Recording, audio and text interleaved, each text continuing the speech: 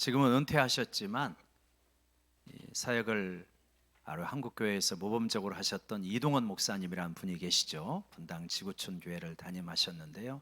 그분이 한 번은 기회가 돼서 재벌 총수에게 전도할 수 있는 그러한 기회가 주어졌습니다. 근데 워낙 이 기업 총수가 바쁘니까 인천공항 그 VIP실에서 비행기가 출발하기 전에 20분인가 30분 정도 시간이 되었다 그래요. 그래서 이분에게 어떻게 전도를 할까 이제 고심을 하면서 거기까지 가면서 첫 번째 질문이 이거였다고 합니다. 회장님, 편안하십니까? 그랬더니 그분이 하는 말이, 편안요 목사님, 제가 회사를 맡은 이후로 발을 뻗고 잡은 적이 없습니다.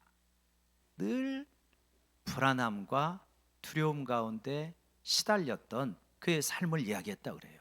아니, 재벌 총수면 뭔 걱정이 있겠는가 생각하기 쉽지만 그 역시 불안과 두려움에 시달리고 있는 거예요. 우리 교회에 왔던 한 부흥사 목사님이 있어서 이제 그분이 전국적으로 유명한 분이어서 제가 한번 여쭤봤어요. 목사님, 전국적으로 다 다니시는데 우리 한국교회 목회자들이 행복해 합니까?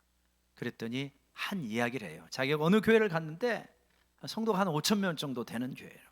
근데 이제 그 조 목사님이란 분이었는데 이 부흥사 조 목사님하고 그 목사님이 이야기하면서, 조 목사, 나는 한 번도 몸을 뻗고 잡은 적이 없어.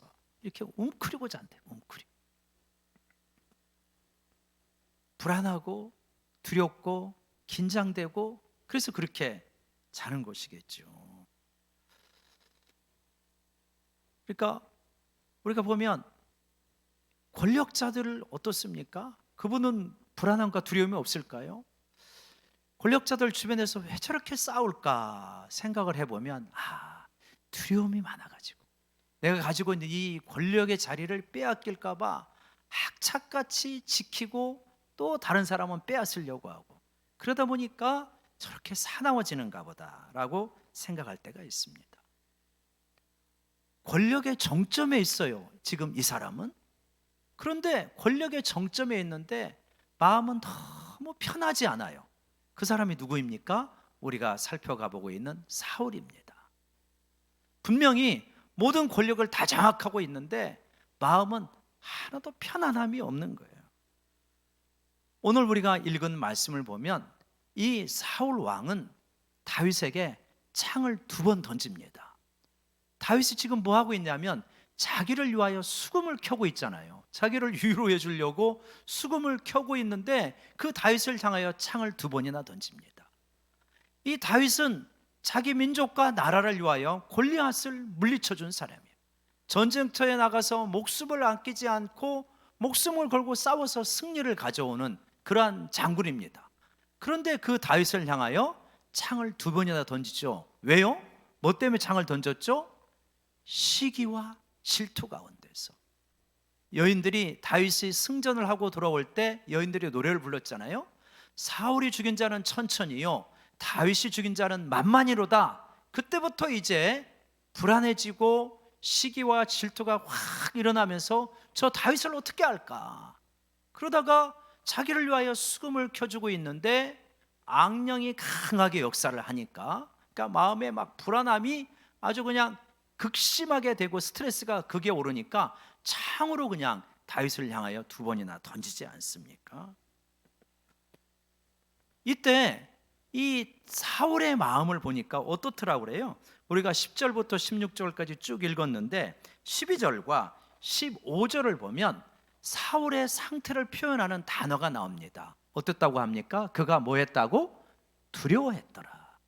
두려워했습니다.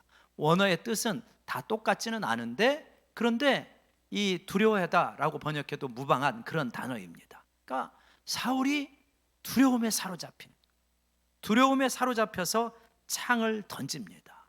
여러분, 누군가가 여러분을 향해서 막 창을 던질 때 왜 던질까 곰곰이 생각해 보면 그 중에 주요한 이유 중에 하나가 그가 두려워하고 있는 거예요. 두려워해서 그렇게 싸나운 거예요. 두려워해서 그렇게 말이 거친 거예요. 두려워서 막 나를 향하여 불의한 창을 던지는 것입니다. 창을 던졌을 때 다윗이 재빠르게 피하죠. 근데 창을 던지고 나서 나중에 사울이 제정신이 왔을 때, 그랬을 때 자기 자신을 바라보면서 어떻게 할까요? 아직 양심이 살아있잖아요. 참 자기 자신이 부끄러웠을 것입니다. 그러니 이걸 어떻게 해야 되나? 다윗을 보면은 못 견디겠고 또 창을 던질 것 같기도 하고, 그래서 어떻게 하냐면 다윗을 자기 곁에서 멀리 떠나게 합니다. 13절에 보세요. 그러므로 사울이 그를 자기 곁에서 떠나게 하고, 내 곁에 두고 있으면 내가 너무 힘들기 때문에 이 두려운 상황이 견딜 수 없기 때문에 피하는 거죠. 그리고 어떻게 하냐면 다윗을 강등시킵니다. 다윗이 골리앗을 죽이고 전투에서 계속 승리를 거두게 되니까 그를 군대 장관으로 삼았거든요. 참모총장 정도 되죠. 근데 천부장으로 직위를 내립니다. 혹시라도 다윗의 인기가 잊혀지지 않을까, 떨어지지 않을까 하는 마음으로 내린 거죠. 좌천을 시킨 겁니다. 근데도 다윗이 충성스럽게 일을 하니까 이 다윗을 다들 이렇게 떠받들거든요. 그러니까 또 불안해져. 이렇게 임진왜란 때 이 이순신 장군이 이 남해에서 계속 승리를 거두잖아요. 그러니까 조정회의를 하게 되면 누구 이야기를 자꾸 많이 하냐면 이순신이 계속 승리를 거둔다고 하니까, 그러니까 선조임금이 불안해져요. 그래가지고 이순신 장군을 그렇게 이 신문을 하고 투옥을 시켰던 이유 중에 하나가 뭐냐면 선조의 열등감이 작용을 합니다. 아니, 왕을 자꾸 높여줘야 되는데 왜 이순신만 이야기하냐? 이순신이 승리한 거는 맞는데 왜 자꾸 조정회의만 했다 하면은 마치 나라가 이순신에게 달려있는 것처럼 그렇게 말들을 하느냐? 말은 못하지만 이 안에 스트레스가 많은 거예요. 사울이 지금 그런 거예요. 다윗이 충성스럽게 일을 하고 전쟁에서 자꾸 승리를 거두니까 자꾸만 불안해집니다. 그래서 멀리 내칩니다. 두려운 상황 속에서 사람들이 보이는 반응이 바로 이와 같은 거죠. 두 가지입니다. 하나는 창을 던지거나, 하나는 두려움의 상에서 도망치거나, 그런 거죠. 그런데 두려운 상황에서 도망치는 것, 두려운 상황을 회피하는 것, 이게 상책일 수 있겠습니까? 상책이 당연히 아니겠죠. 하책이겠죠. 두려움을 정면으로 응시하고 그것을 돌파하는 게 상책일 것입니다. 어느 교회에서 있었던 이야기인데 여러분 좀 상황에 맞게 잘 해석을 해보시면 좋을 것 같습니다. 우리 친한 친구 목사님 교회에서 있었던 이야기인데, 중고등부 전도사님이 하나님을 향한 마음은 참 좋은 분이었어요. 근데 아직 미숙해. 그리고 강성이야. 그래갖고 선생님들이 이야기를 해도 안 듣고 학생 임원들이 건의를 해도 전혀 듣지 않아요. 그래서 그냥 몰아붙이는 거예요. 근데 이게 좀 갈등이 심해졌습니다. 그래가지고 중고등부 아이들이 한 30여 명 되는데 어느 주일날 한 명도 안 나왔어요. 여러분, 이거 이런 있을 수 있는 이야기입니까? 애들끼리 단합이 돼가지고 한 명도 안 나왔어요. 그러니까 교회가 발칵 뒤집어졌습니다. 그날 이제 일과가 끝나고 전도사님이 와가지고 담임 목사님에게 사직서를 제출합니다. 도저히 저는 자격이 없습니다. 그렇게 사직서를 내는데 담임 목사님이 아주 지혜로운 분이었어요. 사직서 받으면 됩니까? 여러분, 이 상황에서 아마 받을 수도 있겠죠. 근데 이 담임 목사님 마음에 이 전도사님이 여기서 사직서를 내고 그만두면, 이 두려운 상황에서 회피하면, 그러면 이게 평생 따라다니는 아픔이 될 거예요. 트라우마가 될 거예요. 그래서 말을 합니다. 네가 여기서 사직서 내는 거는 쉽다. 근데 사직서를 내고 그만두면 이 상황이 목회할 평생 동안 따라다니면서 트라우마가 될 거다. 그러니 사직서를 받을 수 없다. 어떻게든 네가 뿌린 씨앗이니 당신이 해결하고 나가라. 그렇게 한 거예요. 또 아이들 생각하면 아이들이 그러면 사직서 딱 받으면 전도사님도 유효하지만 아이들한테도 도움이 안 되는 거예요. 아이들이 중고등부 학생들이 뭘 배우겠어요? 한번 이렇게 스트라이크 하니까 뭐 전도사님도 별 수 없구나. 나중에 이놈들이 커가지고 담임 목사 마음에 안 든다. 우리 다 나오지 말자. 그거 배우면 어떡하겠어요? 큰일 나죠. 그러니까 아이들을 위해서도 그렇게 하면 안 되는 거예요.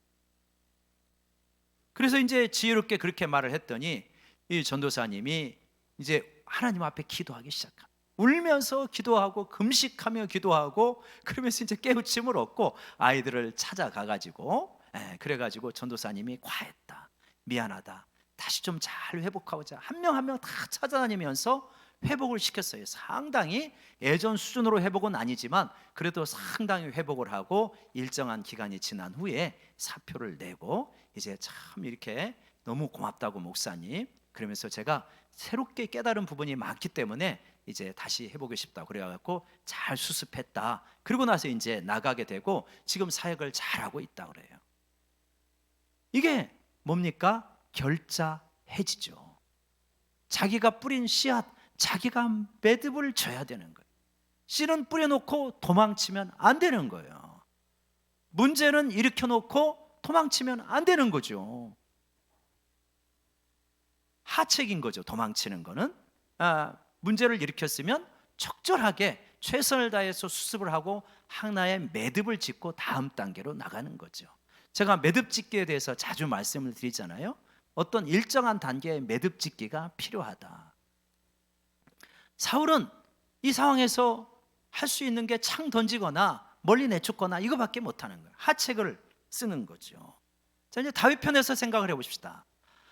사울이 창을 던질 때 다윗은 어떻게 반응해야 되겠습니까? 다윗의 본능 어떤 겁니까? 여러분, 나는 충성을 다하고 있어.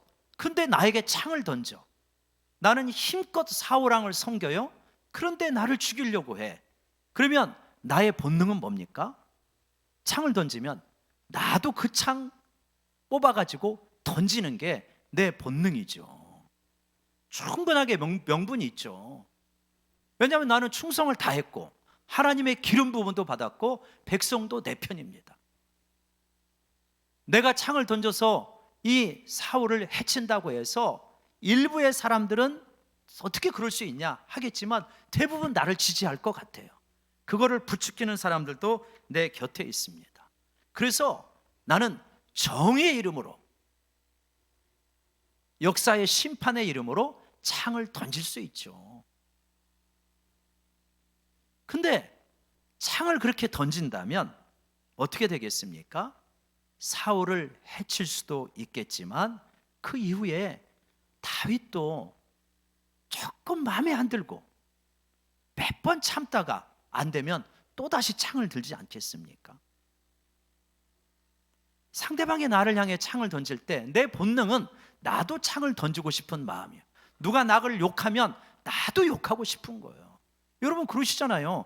차량 운전하다가 누가 뭐 이렇게 뒤에서 라이트 켜고 그러면은 나도 가가지고 라이트 켜거나 참아 못하면 주여 아시죠? 한 대 쳐주세요. 뭐 그런 마음 들 수 있지 않겠습니까? 본성은 보복하는 거예요. 그런데 하나님은 그렇게 말씀하시지를 않는 거예요.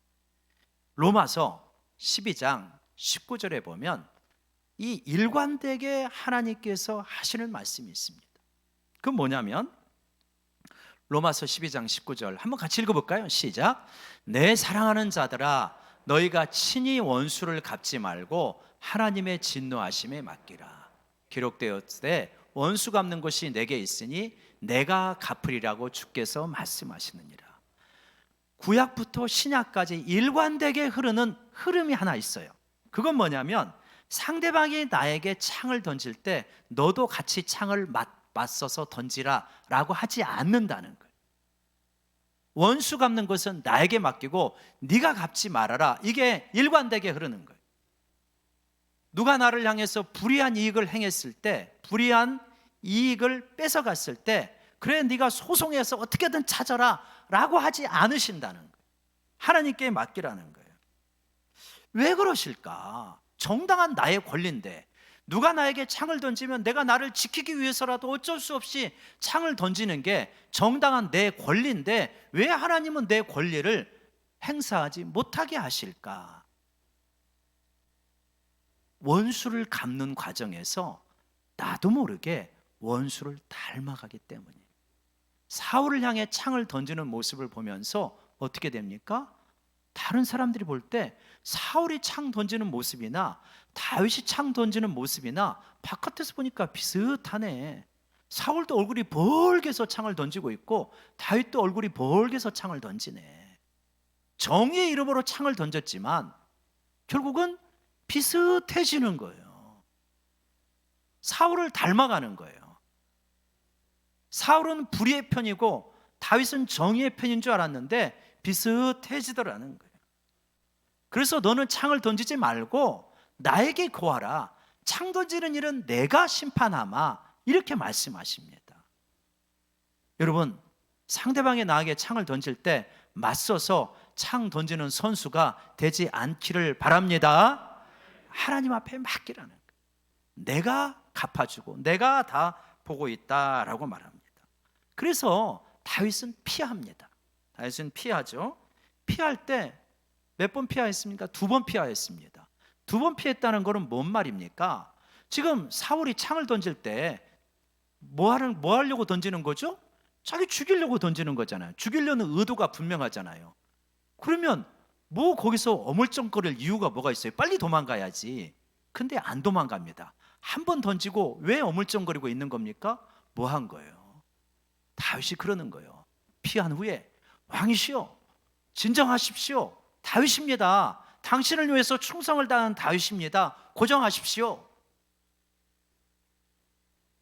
그 상황에서도 사울을 진정시키는 다윗의 충성스러운 모습을 봅니다.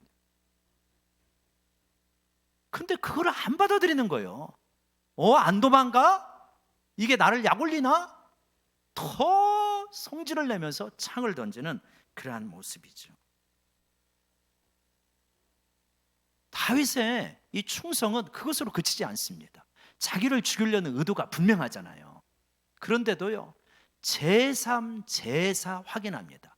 사울이 창을 총 몇 번 던지냐면 3번 던집니다. 그리고요, 2번 약속을 어깁니다. 큰딸 그리고 미갈 이용해가지고 다윗을 죽이려고 정략 결혼을 이용하고 시키고 그렇게 하죠. 그리고 전령단을 보내서 이 다윗을 사로잡거나 죽이든지 해가지고 가져오라고 또 이 자기 친위대를 보냅니다. 그러니까 그렇게 하는데도 분명히 자기를 죽이려고 하는 의도가 너무 선명한데도 다윗은요 도망치지 않습니다. 그래도 사울의 마음은 나를 죽이려고까지는 않을 거야 라고 생각을 하면서 요나단을 통해서 아버지의 뜻이 무엇인지 다시 한번 알아봐다오 이렇게 말하잖아요. 그래서 알아봐가지고 아버지가 진짜 너를 죽이려고 하는구나. 요나단이 말리니까 요나단까지 막 창을 던지려고 하는 거예요. 그것을 보면서 아버지가 다윗하고 같이 있지는 못하겠구나. 그거를 말하니까 그제서야 도망칩니다. 상대방이 창을 던지는데 피하고 도망칩니다. 피하고 도망치는데 어떻게 도망치는지 보세요. 사무엘상 21장 1절 한번 가보실까요? 21장 1절에 가보면 다윗이 노베 가서 제사장 아히멜렉에게 먼저 이릅니다. 근데 아히멜렉이 떨면서 다윗을 영접하여 그에게 이르되 어찌하여, 그 다음부터 읽을까요? 시작. 내가 홀로 있고 함께하는 자가 아무도 없느냐 하니. 다윗이 혼자 다닌 적이 없어요. 근데 도망치는데 홀로 있고, 너는 늘 너의 부하들하고 같이 다녔는데 왜 지금 혼자 있느냐? 뭐 한 겁니까? 자기 수족을 안 데리고 혼자서 도망쳤다는 거예요. 다윗이 내가 이렇게까지 참았는데 왕이 나를 죽이려고 한다. 내가 어떻게 해야 되겠느냐? 도망치자. 지금은 때가 아니다. 나를 따르라. 수백 명이 따를 거려. 다윗 정도 되면 그러면서 약속할 수 있지. 너희들이 나를 따르면 창업 공신이다. 한 자리 내가 단단히 주마. 보통 지도자들은 그렇게 합니다. 다윗은요 일체 자기 편을 만들지 않고 혼자서 도망치는 거예요. 여러분, 이게 하나님이 쓰시는 사람의 마음이더라. 자꾸 내 편 만들어가지고 뭔가 세력화하고 발언권을 세게 하고 영향력을 크게 하고 그러면서 내가 이런 사람이다, 이게 아니라 그냥 하나님 보고 광야로 혼자 가는 거예요. 하나님 아시죠? 그랬더니 나중에 하나님이 자신이 부르지도 않았는데 이 뭐 아둘람 공동체로 사람들이 모여들잖아요. 여러분, 하나님의 뜻대로 갈 때 혼자 가도요, 필요하면 하나님이 사람 붙여주신다는 걸 믿으시기 바랍니다.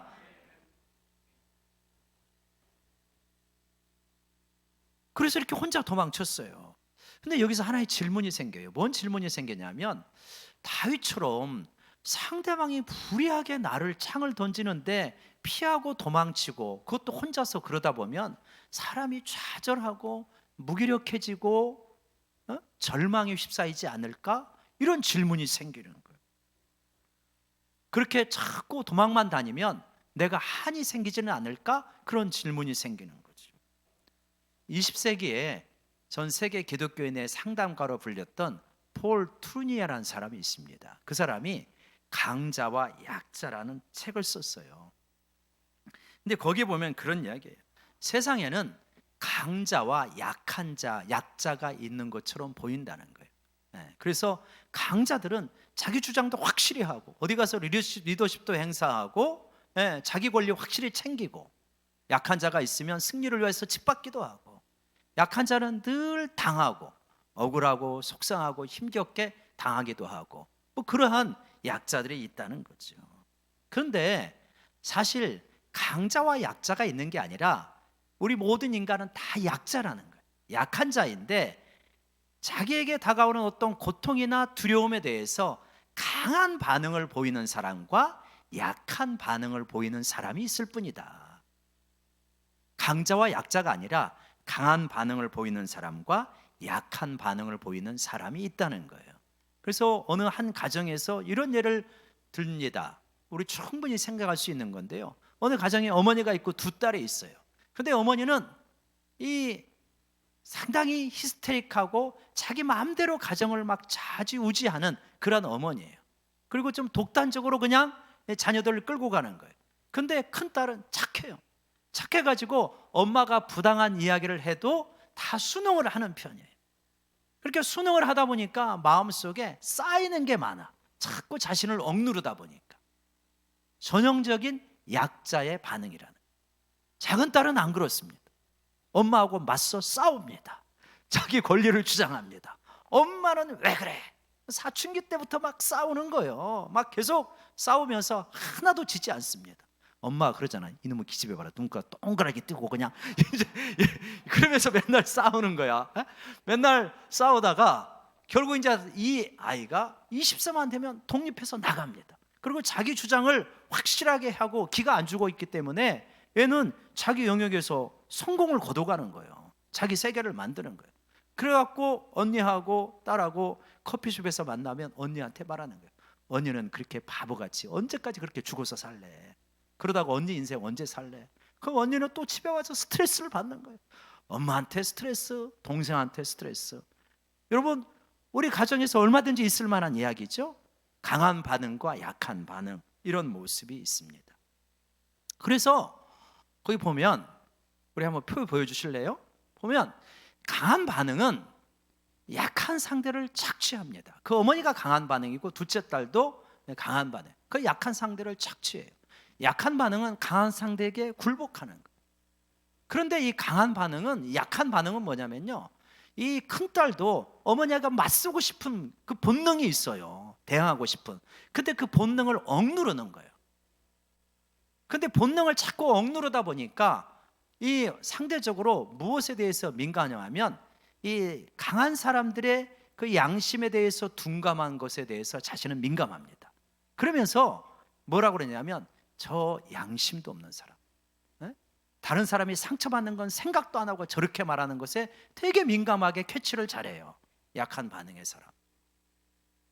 그런데 양심에 민감하고 본능을 많이 억누르다 보니까 어떤 증상이 나타나면 우울, 자족, 무기력, 이런 부분들이 많이 나타나요. 그러니까 이런 사람들이 앓는 병이 우울증이라는 거예요. 이게 약한 반응을 보이는 사람들의 모습입니다. 강한 반응을 보이는 사람들은 뭘 누르냐면 양심을 눌러요. 자기가, 이 어머니가 이 딸들에게 가혹하게 대하지만 어떻게 하는 거예요? 자기 양심의 소리가 내가 이렇게까지 하면 안 되지. 근데 그 소리를 억누르는 거예요. 약한 자들을 굴복시키면서 한편으로 희열을 느끼고 약한 자들에게서 불이한 자신의 이익을 챙깁니다. 약한 자가 권리 주장하는 것을 막아버립니다. 그런 재주가 뛰어난 게 강한 반응을 보이는 사람들이거든요. 자기 양심을 억눌러요. 본능에 굉장히 민감합니다. 본능적 성취에 민감해서 약한 자들을 보면서 저런 못난 놈, 이런 소리를 잘하는 게 강한 반응을 보이는 사람. 분노, 혈기 이런 것들이 있지만 이런 사람들은 외롭습니다. 주변으로부터 소외를 많이 돼요. 혈기가 많다 보니까 심장계 질환이 많은 거죠. 우리 이제 좀 도식화해서 설명을 했지만 이런 측면들이 있다는 거예요. 그래서 세상에서는 약한 반응을 보이는 사람들이 많이 힘들어하기 때문에 어떻게 지도를 하냐면, 어떻게 가르쳐 주냐면, 너도 강한 반응을 보여라. 큰 딸아, 작은 딸처럼 엄마한테 싸워. 자기 주장을 해. 안 되면 떠나서 네 세계를 구축해. 이렇게 가르치는 경우들이 있다는 거예요. 그런데 이것도 건강한 반응이 아니라는 거예요. 진짜 옳은 반응, 건강한 반응은 무엇이냐? 폴 트루에는 영적인 반응이다 라고 이렇게 말합니다. 그러면서 누가 영적인 반응을 보였냐? 예수님을 보라는 거예요. 예수님은 어떠했느냐? 예수님은 강한 반응을 보이면서 주변의 약자들을 억압하고 억누르고 이익을 챙겼습니까? 전혀 그렇지 않죠. 약한 자들을 긍휼히 여기고 그들을 유하고 그들을 사랑하십니다. 그러니까 약한 반응이 아니죠. 네. 그러니까 강한 반응이 아니죠. 그렇다고 해서 예수님께서 권력자들, 바리새인들, 제사장들 이런 사람들에게 알아서 자신의 권리를 양도하고 굴복합니까? 전혀 그렇지 않죠. 예수님께서 굉장히 그들과 맞섭니다. 그들이 불의에 있을 때는 진리를 가지고 그들을 꾸짖고 맞서죠. 그래서 여러분, 저 사람은 성숙하다라고 하는 사람은 어떤 사람이냐면 그런 사람이에요. 자기 양심의 소리에 민감하지만 알아서 굴복하지 않는 사람, 진리는 양보하지 않는 사람, 그게 성숙한 사람이다 라고 이렇게 볼 수 있는 것입니다. 그래서 여러분, 약한 반응을 보이는 사람들은 뭐가 없냐면 생기가 없어요. 왜냐하면 본능을 누르고 살기 때문에 생기가 없어요. 강한 반응을 보는 사람은 자신감 충만하게 살아가는 건 있습니다. 근데 약한 반응을 보이는 사람들은 생기가 없어요. 왜냐? 그게 자기 주장을 하지 아니하고 자꾸 자기를 억누르기 때문에 생기가 없는 거예요. 그래서 집에서, 요즘은 그런 경우 거의 없지만 옛날에 시부모님을 모시고 살거나 시부모님 밑에서 이렇게 자신을 늘 억누르면서 살아가는 사람들의 얼굴을 보면요, 얼굴에 생기가 없습니다. 회사의 상사가 강해가지고 자꾸만 억누르잖아요. 그러면 그 회사원의 얼굴에 생기가 없어요. 생기가 없어요. 목사님이 야단을 많이 치는 목사님이잖아요. 얼굴에, 성도들 얼굴에 생기가 없어요. 우리 성도님들 얼굴에 생기가 있어요. 야단을 별로 안 치니까. 자, 그런데 다윗이 말해요. 다윗은 지금 사울이 창을 던질 때 피했잖아요. 도망갔잖아요. 그러면 전형적인 약자의 반응인 것 같아요. 그러면 약자의 함정인 생기, 엄든, 무기력, 우울 이런 것이 나와야 되거든요. 다윗에게 그런 게 있습니까? 없죠. 어떻게 다윗은 그렇게 피해 다니고 도망치는데, 다윗이 그런 면도 고백하거든요. 나중에 자기 사촌 요압 때문에 너무 힘들어가지고 나도 요압을 어떻게 못하겠다, 그렇게 하소연하는 장면이 나오잖아요. 그러니까 그런데 다윗이 어떤 생기가 없고 그냥 환경에 끌려다니고 그런 사람이라고 전혀 생각을 써요. 할 수 없어요. 다윗은 생기가 넘쳐요. 활력이 넘칩니다. 어떻게 저렇게 양보와 희생을 많이 하는데도 활력이 넘칠 수 있을까? 그 비밀은 시편에 있습니다. 시편에 있어요. 시편의 많은 시를 읽어보면 다윗의 마음이 드러납니다. 우리 하나만 볼까요? 시편 142편에 다윗이 이 굴 속에 있을 때 그렇게 고백하는 장면이 나와요. 쫓겨다닐 때 이야기예요. 쫓겨다닐 때 뭐라고 그러냐면, 내가 내 원통함을 그의 앞에 토로하며 내 우환을 그 앞에 진술하라. 나 원통해 죽겠다. 다윗이라고 원통하지 않은 게 아니에요. 원통해 죽겠는데 하나님 앞에 토로합니다. 3절에 보면 내 영이 내 속에서 상할 때에도, 영이 상해가지고 마음이 얼마나 낙심이 되는지 모릅니다. 또 6절에 보면 뭐라 그러냐면 나의 부르짖음을 들으소서, 나는 심히 비천합니다. 그래서 하나님 앞에 부르짖으면서 자기 심정을 토로합니다. 7절에 보면 내 영혼을 옥에서 이끌어내사, 그러니까 감옥에 있는 것 같은 그렇게 억눌리고 갇혀있고 답답한 자기 심정이다 라고 이렇게 말하고 있는 거예요. 다윗은 피하고 도망치고 고통스러웠을 때 약한 반응을 보이는 사람처럼 그 함정에 빠져서 무기력하지 않을 수 있었던 이유는 뭐냐?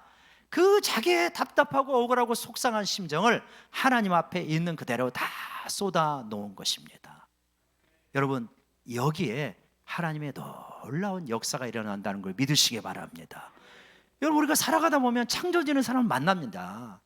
나 잘못도 없고 충성을 다했는데 나를 이상하게 미워하는 사람이 있어요. 뒤에서 뒷담화를 하면서 나를 깎아내리는 사람이 있어요. 회사에서 그런 일 얼마나 많아요, 여러분. 그래서 직장 생활하다 보면 자기 이익 때문에 나를 못 잡아먹어서 안달인가? 왜 저럴까? 이런 사람이 있는 거예요. 그럴 때 어떻게 해야 되는가? 피하고 도망치면, 자칫하면 힘겨워집니다. 맞서 싸울 수도 없어요, 그리스도인이. 근데 길이 있다는 거예요. 하나님 앞에 나아가서 내 심정을 있는 그대로 고백을 하시고, 억울하고 분함과 속상함과 저를 향한 미움과 이런 걸 그대로 고백하시고 바로 일어서면 안 됩니다. 이런 기도는 다 토해놓고요, 가만히 기다리십시오. 주님의 음성을 들어보시기 바랍니다. 그러면요, 주님께서 말씀하시는 게 있어요. 우리 안에 계신 성령님께서 우리에게 깨달음을 주신다는 것을 믿으시고 받으시기를 바랍니다. 그러면 내 시야가 바뀌기 시작해. 그렇구나. 이게 나는 환난만 당하고 고통만 당하고 나만 당하면서 사는 줄 알았는데 그게 아니었구나. 하나님께서 이걸 통해서 나를 가다듬어 가시는 과정이었구나. 우리는 다윗의 이야기를 다 압니다. 전지적인 작가 시점에서 다윗 스토리를 처음부터 끝까지 다 알아요. 그래서 지금 이 도망치고 동굴에 있고 이 시기가 나중에 왕으로서 이 왕의 직분을 잘 감당하는데 꼭 필요했던 훈련이었구나 하는 거 우리는 알잖아요.